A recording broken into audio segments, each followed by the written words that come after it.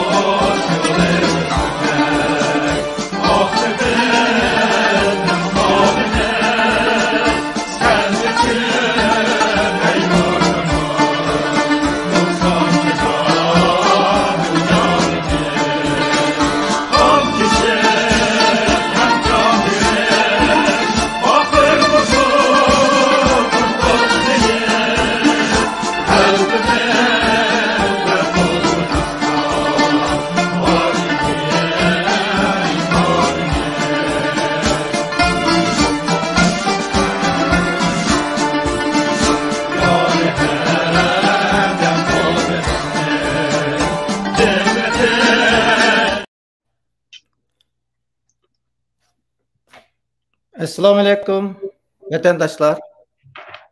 Mustaqillik yolda izlanish Tor programımızga hoş geldinler. Bu programımız her yakshanba 12'de, Washington vaqti 12'de o'ziringlarda bo'ldi. Men program riyosatchisi Jur'at Obul. Bugün biz to'liq iftixor bilan Sharqiy Turkiston sürgün dokumenti Cumhur Reis G'ulom Osmon Efendini ushbu programımızga taklif qilish fursatiga muyassar bo'ldik.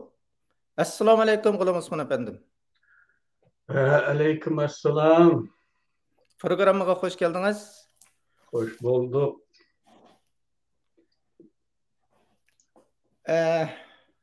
G'ulom Osmon Efendimning qimmatli vaqtini chiqarib bu programmamizga qatnashib berganidan hammamiz xursandmiz. Hammamiz ko'rib turganimizdek biz ochgan tema mustaqillik yo'lida izlanish. Biz bu tema ostida ilmiy, samimiy, ochiq-quruq, ozoda fikr yurgizib, mustaqillik yo'limizdagi imkoniyatlar va yo'l qo'yayotgan xirislar, shuning bilan mustaqilligimizningki ideologiya asosi to'g'risida fikr yurgizamiz.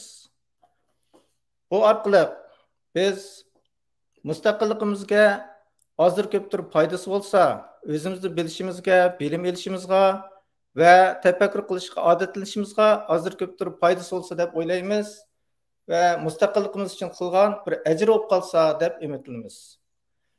Bugun hamda G'ulom Osmon Efendiga nurg'un savollar tushdi. Bu savollar agar hammamiz so'ralsa bugun G'ulom Osmon Efendimniki vaqt yetmaydi. Shundaqdimi? Birinchi savolni oldi bilan mundaq boshlaylik. Nayt ko'p sonlik Uyg'urlar mustaqil bo'la olishimizga ishonch qila olmaydi ekan. Shunga oqmagan ishga vaqt va zehniy kuch sarf qilgandan ko'ra ishimizni qilib, bolalarimizni boqqanimiz yaxshi deb qaraydi ekan. Mana shunday bo'lg'achqa siyosiy faoliyatlarga qatnashadiganlar pek oz bo'lib olsa kerak. Sizningcha mustaqil bo'la olishimizga bo'lgan ishonch zodi qanchalik? Assalamu alaykum. Ekran oldidagi barliq Sharq Turkistonlik qarindoshlarım. Bu qatimqi Yevropa safarida mushu savol ikki qatim so'raldi. O'xshamagan ikki davlatda o'xshamagan kishilar tarafidan. Bu bek muhim savol deb o'yladim. Men o'ylaganimizdek bugungi suhbatmi mushu savoldan boshlandi. Menimcha bu bir yaxshi boshlanish bo'ldi. Chunki bu masala aydın olmasa bizning barliq ish harakatlarimizga ta'siri bo'ladi. Qaror elishlarimizga salbiy ta'siri bo'ladi. Onun uchun qarindoshlar bu savolga diqqat qilgaysizlar va bu savol garchi og'zidan chiqmayotgan bo'lsa-mu, ko'rminglarningki ko'ngildan kechayotgan bir savol. Onun uchunmi bunga diqqat qilish lozim. Javob shuki, vatanparvarlik harakatlari. Men bu vatanparvarlik harakatlari deganimda umumen tacavuzçılığa karşı tinçlik hareketlerden ta ki zoravallık hareketleri geçer. Yani namayiştin tatip ta ki kan tökülüdüğün can meydanı çıkıgan barlık hareketlerini göz tuttum. Vatanperverlik hareketleri diginimde. Bu hareketler ticaretke okşaş, paydı ziyan hesabı kılıp, andın kılındığın iş emas. Belki bir arnumus meselesi, kırındaşlar. Aldı bilen bunu doğru düşüneyle. Yani bu müstakil bulalışımız mümkün mü, emas mı? Küçümüz yetemdi, yetmemdi. Mesele bu ticaret tüsüde emas. Paydı çıksı kılıdığın bulması kınmaydıgan türde emas. Bu mesele bir arnumus meselesi. İnsanlık vicdan meselesi. Müminlik burç meselesi. Şunda okşutuş mümkün kardeşler. Adette şairlerimiz vatanını anığı okşutudu. Bu adetke aylangan bir söz bu. Emmağlı bilisler, ana vatan deyimiz. Ana o. Bazıda şairler onu mehbub okşutudu, yar okşutudu. Söygen kişisiga okşutudu. Hem de biz muşu noktadan çıkıp meselep karaylı. Eğer sizin anınız yoki sizin söygeniniz, mehbubunuz bir kişiden gör muştun zor tarafından zorlukka uçuravatkan bolsa, yani baskınçılık uçuravatkan bolsa, kandak kılırsınız? O kişiden gör o. Birlik araçta onun boy üstüne karapla küçüğünüz yetmeydiğanlığı küçüğünüz yetidi. Bu halda bir küçüm yetmegendiken dep küçüğünüzü jumup şükürüp alamsınız. Ya ki kömeslik selip kitemsiz. Ya ki hiç olmasa bir kazanç olap kala. Muştun zorga yaxşı görünsem kazançım bop kala dep apаңızның yoki mahbubunuzның putunu tutuşup beremsiz. Kandak kılırsınız şu vaqtda? Eğer bir erkek bolsanız, sizde insandek gurur ve vicdan bolsa kandak kılırsınız? O küçüğünüz yetken, yetmegenini hesapka almaysınız. O aklınızga mükemmeydi hatta. Onunla üzünüzni atsız. Bir tipikki yaramaydıgan buluşunuzu karamay üzünüzni atsız. Hiç olmaganda tatılıp alırsınız. Ve o yolda ülüsüz.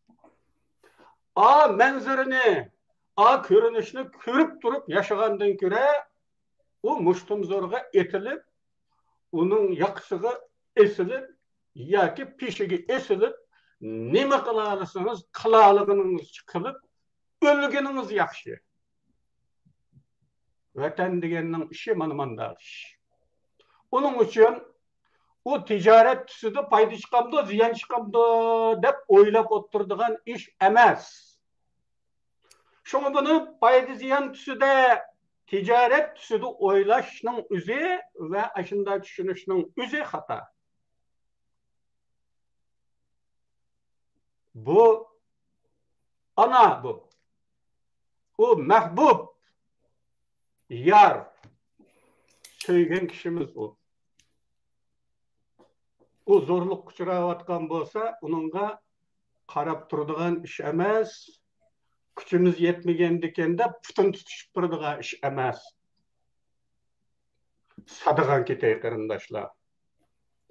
Bu küçümüz yetsin, yetmesin. Numusumuzni aklaş. Üzümüzün insanlığımızını, erkekliğimizni bildiriş uyuşun bolsumu, üzümüzni etip şunun yoludu ülüdüğün iş. bu meseleni mana mushunda tushensek, uningdan keyin anda bema'ni savollar ko'nglimizga kelmaydigan bo'ladi. Va mushu yo'lga chiqdikmi, mushu yo'lda o'limiz. Tamam. Rahmet, G'ulom Osmon efendim. Torga ba'zanlar inkas yozibdi.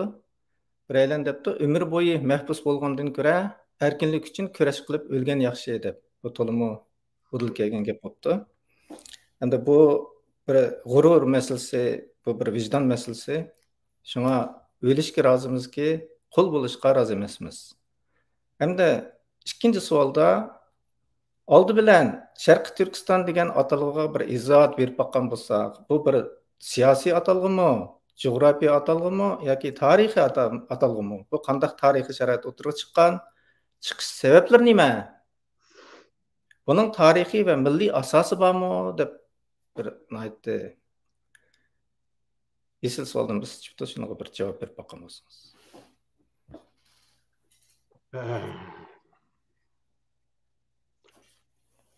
Xitoylar bizni voz kechtirmoqchi, unutildirmoqchi bo'layotgan ism dal Sharq Turkistondir. Biz bununla o'zimizning beshimizdan o'tgan, ko'z oldimizda jarayon etgan, yuz bergan voqea va hadislar orqali ashunda hukm qila olamiz. Xitoylar mashhur shaxslarimizdan, hatto ma'bud qilib olgan kishilarimizdan birisi bo'lmuş Abdurahim O'tkirga buyurtma qilib, dal mushu Sharq Turkiston degan ismni inkor qildirgandi. Bu kishi bu atalg'ini tarixiy atalg'imi emas, siyosiy atalg'imi emas, jug'rofiy atalg'imi emas degan Xitoy tashviqotini asos bilan ta'minlash urinishida atalmış bir parça ilmiy maqola e'lon qilgan. Bu maqola siyosiy kengashning bir ichki materialida gazetda besilgandan boshqa bu janob yana o'z og'zi bilan televiziya ekranida o'qib bergan bu maqolani. Men o'z ko'zim bilan ko'rgan va didorini shu tunji qitim ashadi ko'rishim o'tdi. Bu maqola hozir torlarda bor, torga yo'llangan. Buni agar qiziqsanglar topa olasizlar. Belkim ko'rgan bo'lishingiz mumkin, bo'lmasa ham izlab baqsanglar, eng bo'lmaganda mening Facebook sahifamdan topa olasizlar. Xitoylar hatta atalmış xato dilo, nahaq dilolarga tekrar qarab chiqib, adolatni joriy qildirish ko'rinishi berayotgan. Ilqi parlaq 3-umumiy yig'indan keyingi davrlarda ilgirki Sharq Turkistonchi atilib, turmaga qamalgan, etilgan, xizmatdan qoldirilganlarni aqladi. Chunki Sharq Turkistonda bir nima yo'q deyotgan bo'lg'achqa, yo'q narsaga aloqador jinoyat va jinoyatchining bo'lishi mumkin emas-ku degan reja edi. Sabab. Demak, bu inkor shunchalik qat'iyki Xitoyning bu jihatdagi maydoni Sharq Turkistonni inkor qilishga bo'lgan hirismanlik Xitoylarni mana shu kechirilmas dushmanlarini aqlash qilib qo'ydi. Aqlimizda Sharq Turkiston deydigan bir yer ismining mavjudligi e'tirof qilgandek bo'ladi. Aslida deyilgan hatto bu. Aniq qilib buni e'tirof qilgan bo'lib qoldi ekanmiz. Shunga bunday narsa yo'q. Undaqkan bunday jinoyatmi yo'q? Deyilgan gaplar o'tirdi kezgan shu vaqtda. Aniq. Mana bu qat'iylik shuni sahmimizga soladi. Demak, Sharq Turkiston Xitaylarni eng qo'rqitadigan, eng besaranjon qiladigan, eng xatarlik bir ism. Nima uchun? Chunki u bir tarixiy chillik, bir pokit bo'lganligidir. Buning uchun aramızga her xil vesveselerni terip, goya qaramakka to'g'ridek tuyuladigan Uyg'uristanchilik fikr iqlimini teridi. Mahiyette bu bir Xitoy projesidir. Gerçi bunun aqıstımı nayta nurgun isil adamlar, aqgönül adamlar bağ olsumu. Lekin bu Xitoy projesi, bunun kelip çıkışı Xitoy projesidir. Şarkı Türkistan degan ismini o'chirish uchun o'ylab topilgan. Nima uchun buningda o kadar yaxshi odamlar bor?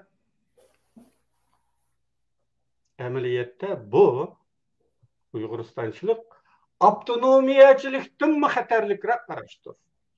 Chunki avtonomiyachilik uchiqli munofiqlik bo'lg'achqa qilchimi jalbkorligi yo'q.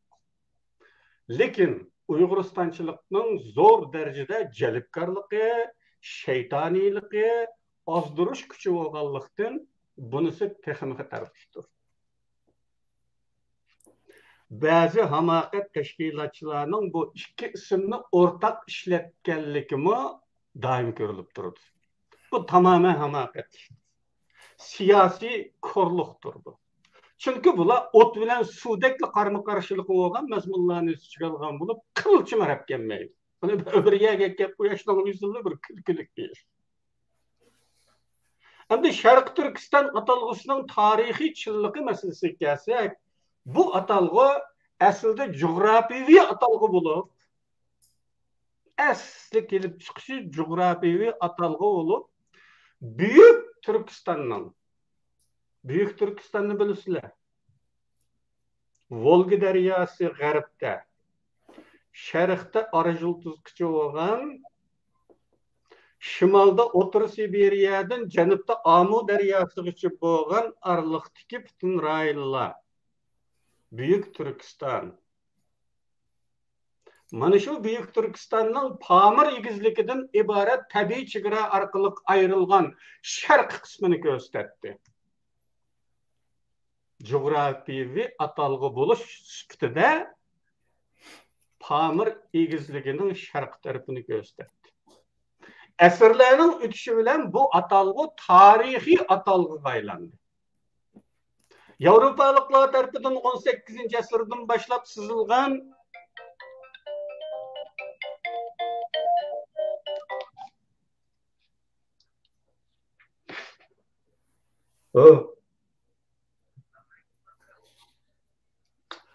birden turibdi.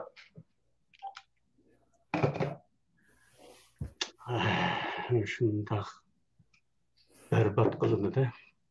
Makkaga to'q. Tarixiy atalgı. Tarixiy atalgıga aylandı. Yevropaliklar tarafından 18. asrdan boshlab sizilgan nurg'un xaritalarda, dunyo xaritasi yoki Osiyo xaritasida bu rayon Sharq Turkiston deb atalganligini ko'ramiz. Buning g'oyat xaritalar to'g'rida o'nlab topiladi. Qanchalik dalil kerak bo'lsa, shunchalik topiladi. O'tgan asrda bu ism bilan ikki qatim mustaqillik jakalanib, bu ism siyosiy atalgıga aylandi. Yani dal Xitoy inkar qilgan 3 emasning her üçlüsü rad qilinmas reallikdir. O hem coğrafiy atalgı, hem tarihi atalgı, hem siyasi atalgı. Bu rad qilinmaydigan bir reallik. Endi Sharq Turkiston davası yoki bizning siyosiy davoyimizning ismi nima uchun Sharq Turkiston bo'lishi kerak degan yerga kelsak, biz Xitoy tuproqidan yangidan bo'linib chiqib, yeni bir devlet kurmakçı emas. Bu aniq olsun. Dal aksicha munqariz bo'lgan davlatimizni asliga keltirmoqchi. Shuning uchunmi bu da'vo munqariz bo'lgan davlatning nomi asosida bo'lishi aqallidir. Bu siyosiy savat masalasi. Onunğa yenidən isim qoyuşning bu yerda ko'rilib turganidek intayin kulkilik, ahmoqonalik, shundaqla siyosiy ko'rliq bo'ladiganligini buningdan bilalaymiz. Biz yenidən bölünüb chiqish emas bizning maqsadimiz. Munqariz bo'lgan davlatimizni asliga keltirish. O halda bu devletning ismi varmı? Var. Ana red qilib bo'lgan olmaydigan bir reallik Sharq Turkiston. Onun uchun bu ismda bo'lishi aqallidir. Agar Uyg'uriston deydigan bo'lsak, buning hech qanday tarixiy asosi bo'lmaganligi, hech qanday una bir davlat qurilib boqmaganligi uchun Xitoylarning bir peshvasiga yaramaydigan kültemidekli bir iş oldu. Xitoylarning kutayotganimi dal shu. Bölgünçü deydi-ku. Aşınında bölgünçü oluşuşqa asan yol çıkarıp birimiz. Xitoy teşviqatının bizni qaralaşı üçün desmayı qilib birimiz. Bölgünçülük bilen eyipleşke asas yaratıldı. Çünkü bo'lmagan bir devletni qurmoqchi bo'lgandan keyin u Xitoyning tuproqidan bo'linish degan gap. Lekin bizning demoqchi bo'layotganimizcha Xitoylar besib olgan davlatimizni asliga keltirish. Tabiiyki uning ismi bo'lgandan keyin u ismi bilan qilamiz bu da'voni. Meni shu edi. Rahmat. Demek Sharqiy Turkiston degan bu hukm hem siyosiy hukm, hem tarixiy hukm, hem coğrafiyalik hukm. Hem de ba'zanlar deydikan bu hamma qarindoshlarimizning o'zining ismi bilan davlati bor. Hem de biz Uyg'uriston desak ne bo'pti deganiga bunga bir javob biz mustaqil bo'lgandan keyin uni xalq o'zi bekitadi deb mustaqil javob berildi ekan. Sizningcha bu to'g'rimi? Agar biz Uyg'uriston demoqchi bo'lsak, bu oldi bilan mustaqil bo'lib, Sharqiy Turkiston mustaqil bo'lgandan keyin davlat nomini nima qilish xalqning o'zining qo'lidagi ish desak to'g'ri bo'ladimi? Albatta. Men ilgari 20 necha yilning oldida bu ism to'g'risida bir maqola e'lon qilgan kitobning birinchisi bor. Shuningda shunday bir o'qitish qilgandim. Eğer bir adamni yo'qotib qo'ysak, ya'ni bir Spigaxon deydigan bir adam bor, da bu yutib ketdi. Endi uningga e'lon chiqarishga to'g'ri kelgan vaqtida biz nima deb e'lon chiqaramiz? Spigaxon bo'yamanchilik uchsida mandag'i chepar quchapan bor, ko'rganlar xabar qilinglar deb uning ismi bilan e'lon chiqaramdoq yoki bu Spigaxon deb isim bilan bu bir isim qo'yinglar buni. Yolqin deydimi da bu chiroyliroq deb Yolqin degan isim bilan e'lon chiqaramdoq. U yutib ketgan odamning ismi bo'lganligi uchun uni cho'qim shu ism bilan izdimasak topilmaydi u. Uni tep bo'lgandan keyin menga adashava sening isming nima deb qamlashmagan ism Spiga deb isim bo'lamda. Enin yağı biz özgertmekçi olup kalsak, endin cemaatini yığıp, kaytıdan kuluqığı ezenini çiğlap, bugünden başlap benim Spigaxonning ismi Yolqin bo'ldi cima, deb jakalısak o 10. Ama yutib ketgan bir adamning ismini o'zgartirsangiz, haqiqat qanday biladi uni? Bu aqmagan bir izlash usuli bu. To'g'ri, shu javob to'g'ri bo'ladi. Kelgusida agar ismni o'zgartiramiz desa, umum xalqning ovozi bilan isim koysak buludu. Hatta Uyg'uriston demey tarixda o'tgan qadimgi davlatlarimizning isimlarini o'ylashsak buludu. Her nima desek buludu. Hatta bir halka ısçımen degen ablız deydigan adam var tuğa ısçımen de koyduğun. Aşı deydi ya bir aldı bilen bu azat olsun enin yağı Paypıkistan desek mi buludu deydi. Şunun okşaş bir gap bu kırındaşlar.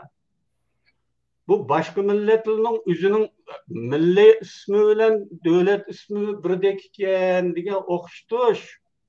Otur Asya'daki kırındaşlarının kapılığı. Çünkü bir hükümran millet ve yana bir millet birlikte yaşagan bolsa bu ortada çokum sürkülüş olmay kalmaydı. Her kançı adaletlik bir kanun yürgüzülatkan sistem buluşup karamay insan bayada yana jukur tüvellik men üstün sen tüven deydigan bir sürkülüş mevcut olmay kalmaydı. Şu sebepten Orta Asya'daki kırındaşlar bazı nereto beretoluğu uçuraydı ve bunun açığı da bizim Uyg'uriston desek deydi. Lekin bunun tarihi asası yok. Uyg'uristonda bir nima o'tirdi ko'ringan emas hozirgacha. Lekin u O'rta Osiyodagi davlatlar federatsiya sifatida bo'lsinmi, shu ism bilan atilib 70 yıl Sovet devrini geçirdi baştan. Bu jarayonda bütün dünyadaki halk, dünya cemaati bunu Sovet Federasyası sifatida Qozog'iston, O'zbekiston, Qirg'iziston deb kallallarga o ornaştı. Yani o bir tarihi zaman kazandı. Ve kişinin eğri özleşti. Onun da seliştiğini bulmaydı bunu. Bu lafını bugün o seliştirme bilen lan isim özgertişke kat'i bulmaydı. Bu bir tuyuk yol. Rahmet, to'liq ochiq tushuntirish bo'ldi. Hamda bir uzun bir savol bor ekan. Erkiy qirg'inchilik davom qilayotgani 6 yil oldi. Bu jarayonda Uyg'urlarning kollektiv zihniyatida zo'r o'zgarishlar bo'lishini, mustaqillikning boshqasi bekor ekan degan tuyg'uga butun millat gavdasi bo'yicha kelishni orzu qilgan, ham oxiri shunda bo'ldigan bo'ldi deb xo'sh bo'lgan, kutgan edik. Ammo natija unda bo'lmagandek ko'rinyotdi. To'y desa maldek berib, namoyishga chiqmaydigan, Xitoyning veysiga boshirib qaytib boradigan yoki berishning ko'yida voz kechmagan odamlar yanala zo'r salmoqni egallaydiganligiga shohid bo'lib turyapmiz.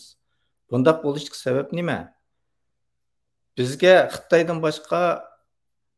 Xitoydan yoki yurtga qaytishdan umid üzmasligimiz bu yerdagi yoki u yerdagi turmushimizni ko'z-ko'z qilishni erkiy qirg'inchilikdan a'lo bildiganligimiz, shuhratparastligimizningki o'ttirg'i chiqishidir.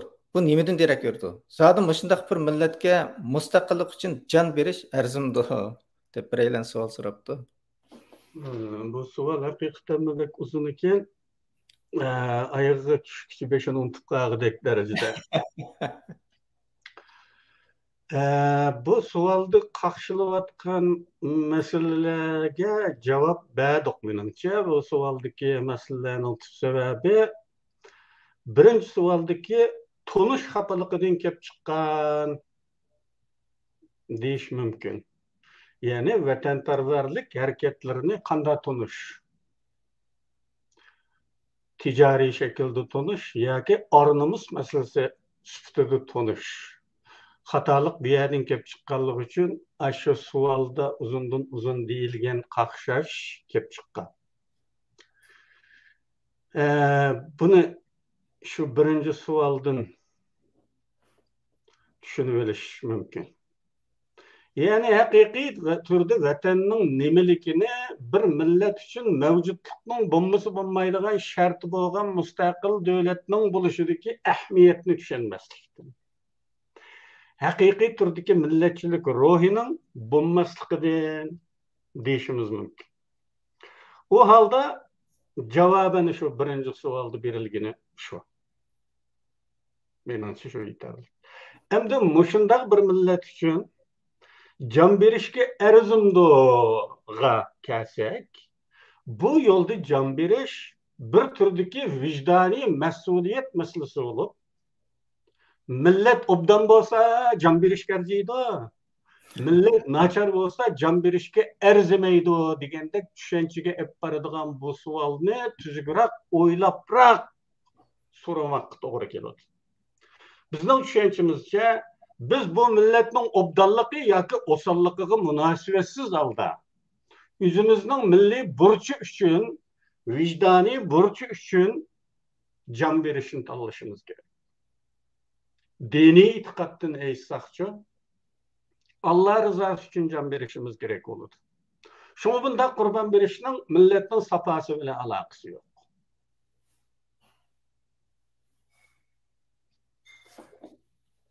Rahmat. Endi uzundan beri da'vo qilib kelyapmiz. 4-chi savolda bir aylan so'rabdi. Hozirgi Uyg'ur davosining kelgusidan qandaq umidlar va mag'lubiyatlarni ko'rish mumkin? debdi. Bu da'voning kelgusiga nisbatan. Bu ko'p odamning kallasida qaynab turadigan, her dokunmuşta sorulup durduğun sorulardan birisi bu ümit meselesi. Aslında bunun cevabı birinci sualdan çıkıp. Ümit. Endi ümit itikadımızın göstermesidir kardeşler. İtikadımızdan keladi bu. Aldı bilen. Bunun jıltısı. İman meselesi bu ümit dige. Çünkü ümitsizlik şeytandır. Dünya tarihiga qarasaqmı, nini imperiyalar parçalangan, yemirilib ketgan ve Allah'ның saltanatidan başqası fanidir. Bu itiqadımız noktasından bunu şunda düşünürüz. Allah'ның saltanatidan baqi. Beşerning yoki maxluqning saltanatlarının hemmisi fani. Bu noktadan çıkıp mesele qarasaqmı, Xitayning kuchlikligi, hukmronligi baqi emas. Bu itiqadi ve umumiy nuqtadan cho'ng resim sifatida ko'rdiganlarimiz. Endi konkret reallikni nazarga olsak, Xitoylarning ishtahasi kundan kuniga yo'g'onayotdi. Bu yo'g'onash, bu nafs Xitoylarni bir baloga giribtor qilmasligi mumkin emas. Düşmanlarını ko'paytmasligi mumkin emas. O'rta Osiyo Cumhuriyatlari qartilgan qarniyati O'rta Sharq, Afrika, hatta Latin Amerikasigacha qo'l usunayotgan bu baloyi nafs Xitoylarning düşmanlarini ko'paytdi. Xitoylarning dushmani ko'paydi demak, bizning ittifoqdoshlarimiz ko'paydi demakdir. Shu javob yetami? Rahmat. Ochiq javob bo'ldi. Hamda biraylan bir ma'lum bir ishni aytib qiziqdi ekan, shu G'ulom Usmon efendimdan keyin bu da'voga bir varislik qilgan odam bormidi? Agar G'ulom Usmon efendim da'vodan chekinsa, buning taqdiri qanday bo'lar bu da'voning deb bir savol so'rabdi. Sizning varisingizni da'voni yapmagan odamni. Bu dava deganida umumiy davaning Ya'ni Sharqiy Turkiston surgun dokumenti demoqchi bo'ldimi? Bu izbasabog'ichi albatta mavjud. Şu anның özüde mevcut. Hazırdan başlapla namzatlıqımı aramızda ma'lum bo'ldi. Shundaqla mendan keyingi reis mendinmi qobiliyatlik Uyg'ur tilidan boshqa til biladigan, men Uyg'ur tilidan boshqa til bilmayman to'g'risi. Turkcha bilaman-da, ammo Türkçe bilen bir iş kıyılmaydı. Teximi kalemi güçlük, teximi tefekkürü güçlük. Aşındak namzat var. Hükümetini teximi ilgiriltiş kolduğun kildiğen titki. Nabzat. Kelgüsümüz hazırkıdınmı yaxşı boğusu. Rahmet. Biz endi muşta programmalarni hozirgacha Uyg'urchada so'zlab keldik. Lekin bizning yana bir topimiz bor endi. Shu Xitoychadan ma'rif, Xitoycha o'rgangan, Xitoycha ma'rifda tarbiyalangan biz Minkoxan deymiz. Bularninki mushu bizning mush da'voda qanday rol bo'lar? Sizningcha mush to'g'risi faqat paranglashmabdik. Shuni bir deb baqqan bo'lsangiz. Chunki men Twitterda, undan keyin Facebookda ba'zi bir mushu Minkoxanlarninki vijdonliq Minkoxanlarninki nimasini ko'rmayman yozgan narsalarni. Ularninki fikrim o'chiq. Lekin bizda bir aloqa yo'q ekanda, ular Xitoychadan endi o'rgangani shu bo'lgandan keyin Xitoychadan foydalanadi, o'zaro paranglashadi. U maydonini aniq Sharq Turkistonning mustaqilligi deb turib gap qildi. Lekin bizda hech qanday bir aloqa yo'q ekan. Shuni biz hech qanday paranglashmabdik, shu to'g'risida bir gap qilib boqqan bo'lsangiz. Bizniki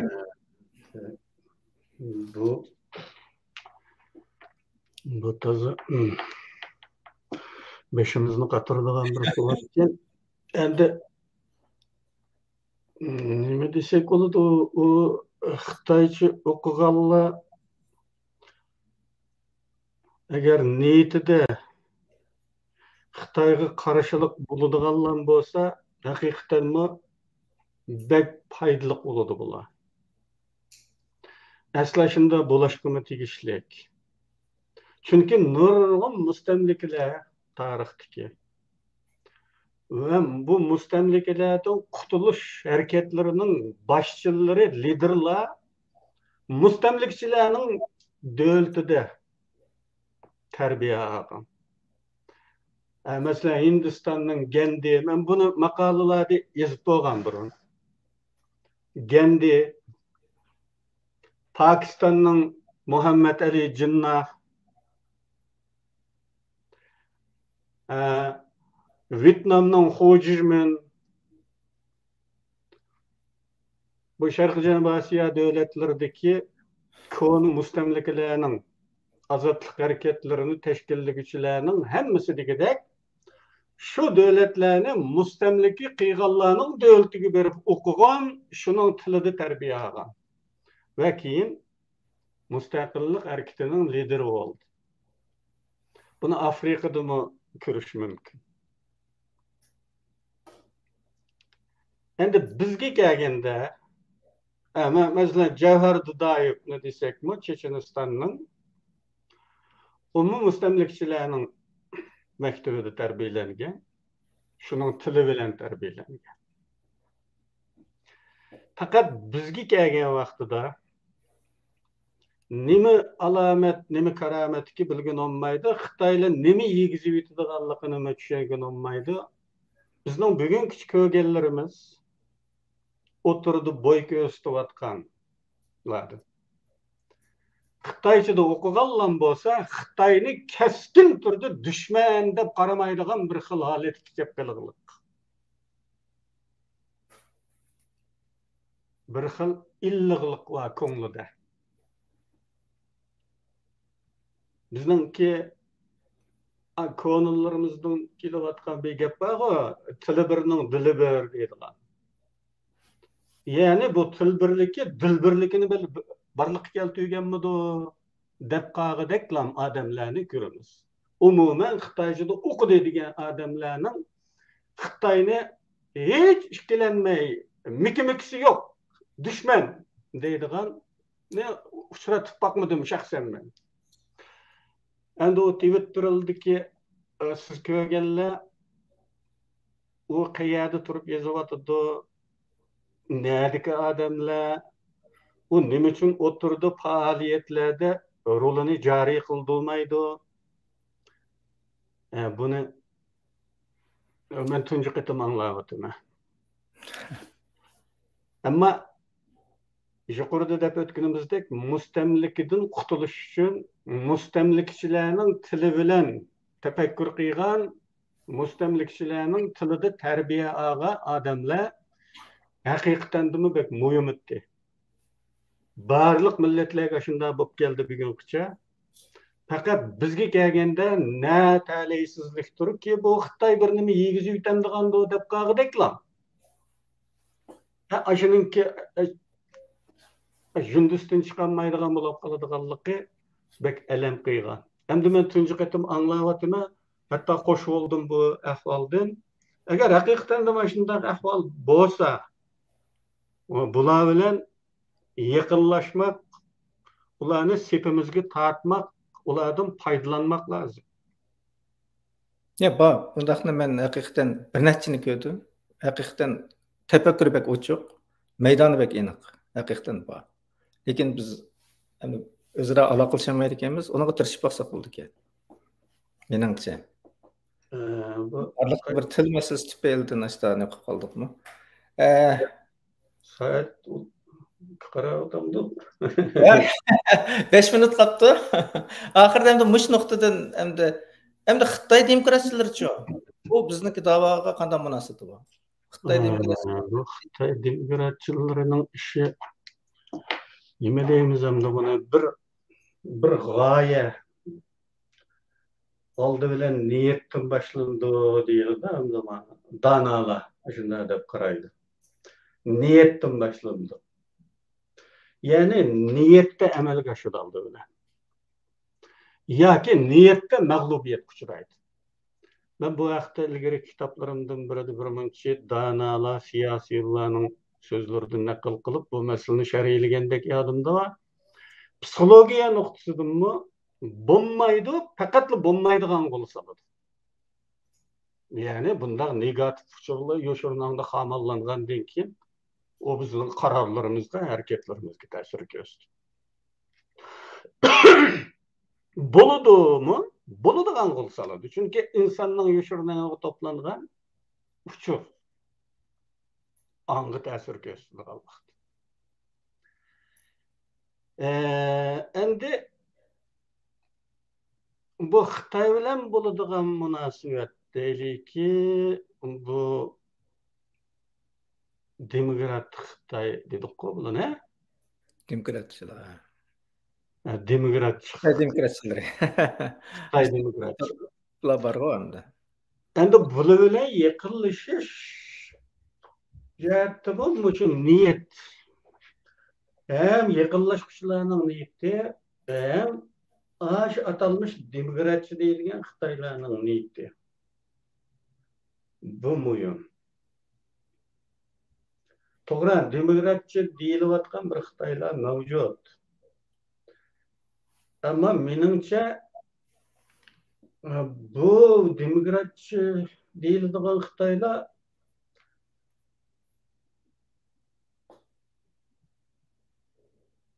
Rast demokratçı mı, emasmi bu savol bu menimcha.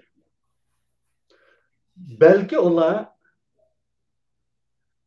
G'arb dunyosida panohlikda yashayotganligi uchun G'arb qimmat qarashiga moslashib, Xitoyga xos hiylagarlik, tulkilik bilan muhitga moslashib olish tufaylidan ko'tarib olgan bir bayroqdan iborat menimcha. Mening qarashim bu. Endi bizning ko'rishimiz Xitoy mustamlikachilarga qarshi kurash.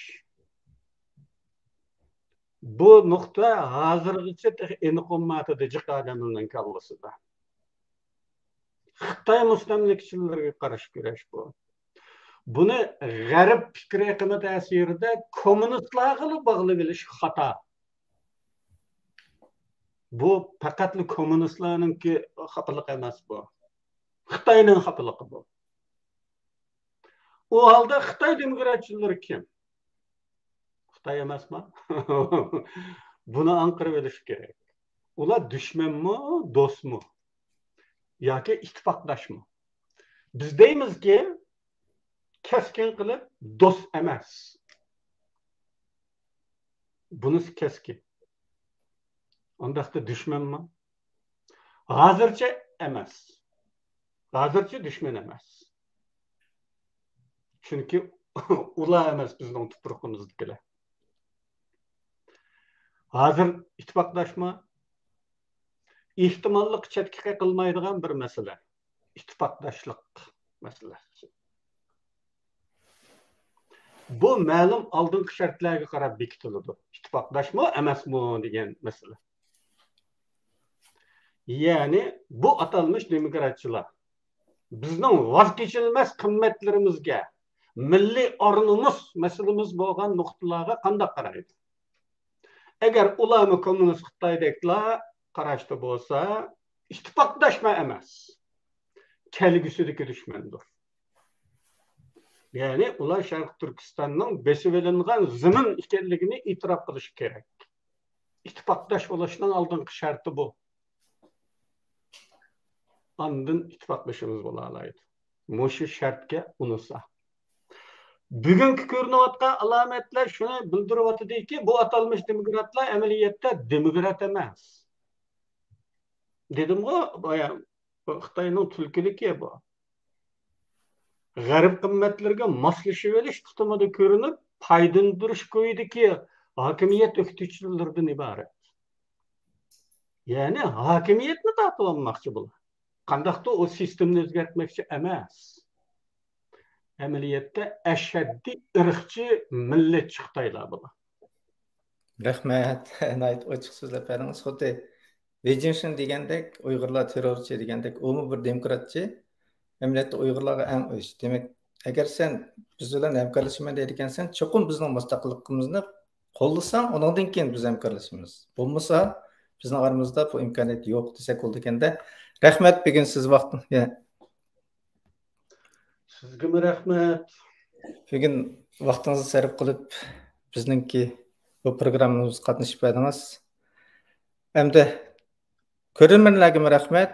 Kelar qatimliq programmamizda biz bizningki bosh ministrimiz Solih Xudoyor bilan suhbat olib boramiz. Bugungi mush vaqtingizga xayrli bo'lsin. Rahmat. Xo'sh.